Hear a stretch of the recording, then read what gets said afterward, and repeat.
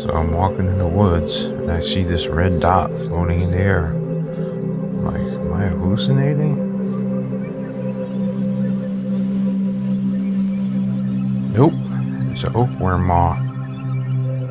Most likely a pink striped oakworm moth. Or an orange stripe. Can't really tell.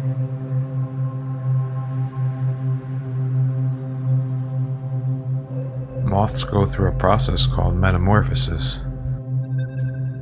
transforming through 4 different life stages, starting with the egg, the larva, the pupa, and then back to the adult moth. And as you can tell from the name, oakworm, the host plant where they lay their eggs are the oak trees, also what they feed on. Subscribe for more nature fun facts.